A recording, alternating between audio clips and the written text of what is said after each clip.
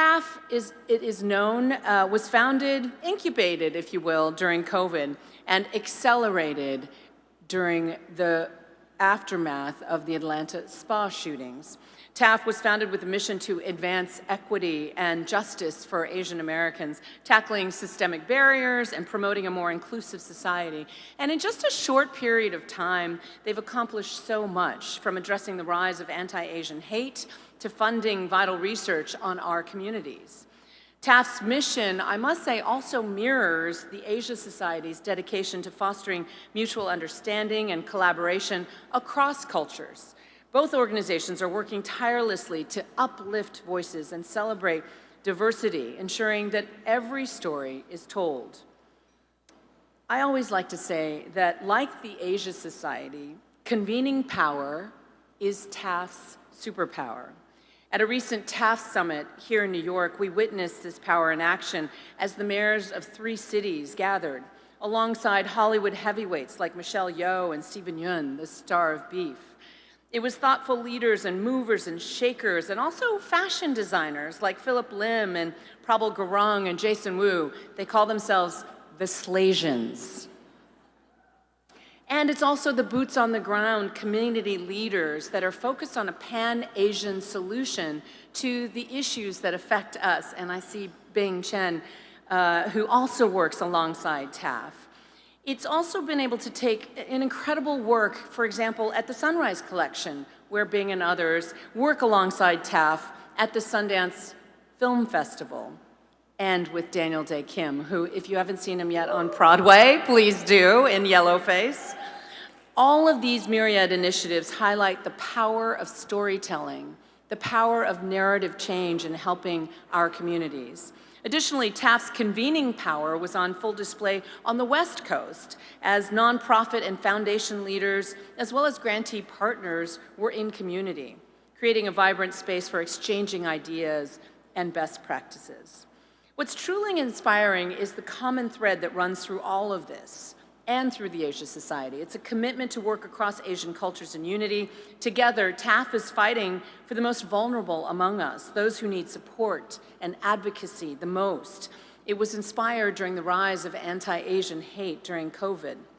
In a world that often seeks to divide, TAAF reminds us that our strength lies in our diversity and our ability to come together for a brighter future. And the key in many ways is its leadership. Just to name a few leaders, the co-CEOs right now are Joe Bay, the CEO of KKR, I'm sure familiar to many of you in the room, to Peng Zhao, the CEO of Citadel Securities, and Li Lu, the former Tiananmen Square student activist who is the legendary investor and founder of Himalayan Capital, as well as Jerry Yang, the co-founder of a little company called Yahoo, and last year's Asia Society's award recipient, along with his wife, Akiko. And of course, Joe Tsai, who along with his wife, Claire, had a busy this morning at the parade celebrating the Liberty's victory, exactly. But every organization is reflected in its leadership, right? Not just in its founders, but in its CEO. So I'm about to introduce you to Norman Chen and his remarkable team who drive this mission forward. Norm's vision and dedication has been pivotal to elevating TAAF's impact and its ability to bring together such a diverse coalition across cultures. Thank you, Juju, for the generous introduction and for your support and friendship. Thank you to the Asia Society for this incredible honor. We're humbled to be recognized alongside our fellow honorees who are incredible trailblazers and leaders within our community and beyond. I'm Norman Chen, the CEO of the Asian American Foundation, or TAAF as we call it affectionately. As you saw in the video, TAAF was founded 3 years ago in response to an alarming rise in anti-Asian hate during COVID. TAAF's founding board members, some of whom, like Jerry Yang and Joe Tsai, have been previously honored on this stage, came together to advance safety, belonging, and prosperity, the big 3 for us, for Asian Americans, Native Hawaiians, and Pacific Islanders. I'm still startled by the statistics. Hate crimes against Asian Americans rose 340% between 2020 and 2021. Many of us in the room remember those days, being afraid for our families, our friends, particularly our elders, and for ourselves. Unfortunately, we know that hateful incidents against the Asian American community have continued in our cities. At TAAF, we have recently commissioned 2 safety studies in New York and Seattle. In New York City, our survey found that 1 in 5 Asian American New Yorkers were physically assaulted in 2023. In Seattle, nearly 2 in 5 Asian Americans were victims of an anti-Asian incident in the past 12 months alone. And in both cities, over 70% of respondents changed their daily routines and behavior to avoid anti-Asian hate. Hate comes in many forms, and some of the deepest and long-lasting wounds can come from words. The question of where are you really from, or someone shouting, "Go back to your country," are microaggressions that our community knows all too well. Our diverse AANHPI community is 24 million strong, the fastest growing population in the country. We represent 50 ethnic groups. We speak more than 100 languages. We are Asian and we are American. We're Asian American. The narrative that we can only be one thing is simply false. Our shared future is one that should be celebrated. And so I'm honored to be here as a part of that celebration tonight on behalf of the Asian American Foundation. As you just saw in the video, only 0.2% of philanthropic dollars and 1% of corporate dollars have gone to our community, which makes up 7% of America.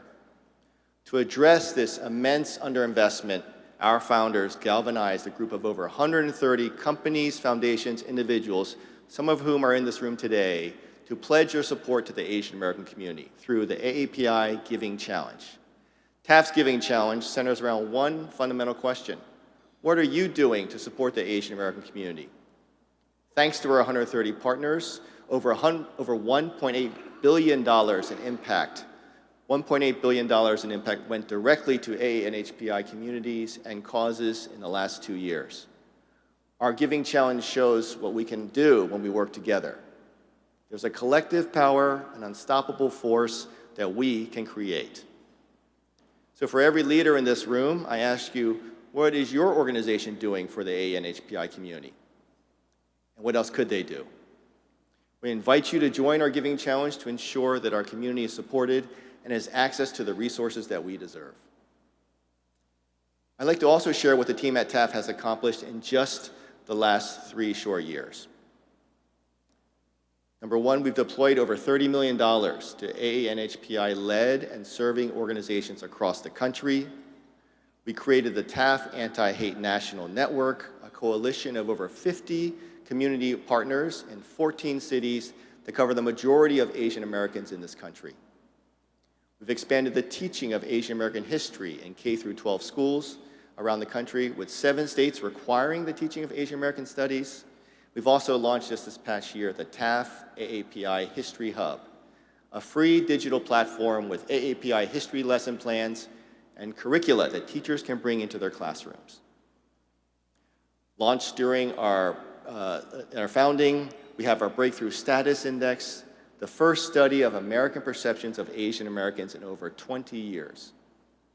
We've also invested in strategic narrative change initiatives, including a fellowship for AANHPI creatives at Sundance and at Ryback Rise, which is an incubator founded by the head of Netflix Films, Dan Lin. We're also proud to have founded the first ever Asian American House at Sundance with actor Daniel Day Kim and with Gold House. Finally, we are proud of the impact we're driving in the private sector, launching leadership pipeline initiatives to increase representation of Asian Americans at board and executive levels. At TAAF, we see the enormous opportunity in investing in our community and in galvanizing leaders from all sectors. So we invite everyone in this room to join us. To close, I want to thank everyone for this recognition, for the TAAF team, and for our partners for your unwavering dedication to driving change each and every day. And to our founders and board members, thank you for your vision to create a better, safer, and more prosperous future for our community. Thank you again for the Asia Society for recognizing TAAF tonight. Thank you all. Good night.